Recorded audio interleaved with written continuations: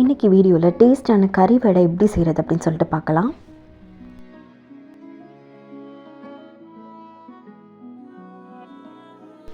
ஒரு மிக்ஸி ஜாரில் எலும்பு இல்லாத கறியாக போட்டு நல்லா அரைச்சி எடுத்துக்கோங்க. இந்த மாதிரி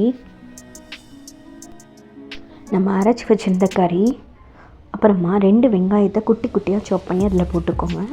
அப்புறம் ஒரு பச்சை மிளகாவை குட்டி குட்டியாக கட் பண்ணி அதில் போட்டுக்கோங்க.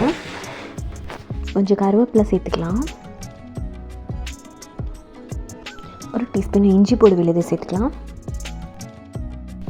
1/2 டீஸ்பூன் மிளகாத்தூள், 1/2 டீஸ்பூன் உப்புத்தூள், 1/2 டீஸ்பூன் சிக்கன் கெபாப் மசாலா சேர்த்துக்கலாம். எல்லாத்தையும் மிக்ஸ் பண்ணி வடை மாதிரி தட்டி எடுத்துக்கோங்க.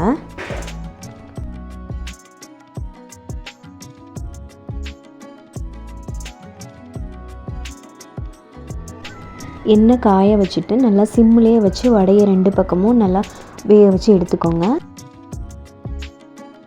அவ்வளோதான், நம்மளோட சூப்பரான கறி வடை ரெடி ஆயிடுச்சு. கண்டிப்பாக வீட்டில் ட்ரை பண்ணி பாருங்கள். நம்ம சேனல் பிடிச்சிருந்தா கண்டிப்பாக லைக் பண்ணுங்கள், ஷேர், சப்ஸ்கிரைப் பண்ணுங்கள். பக்கத்தில் இருக்க பெல் ஐக்கானையும் கிளிக் பண்ணிக்கோங்க. தேங்க்யூ ஃபார் வாட்சிங்.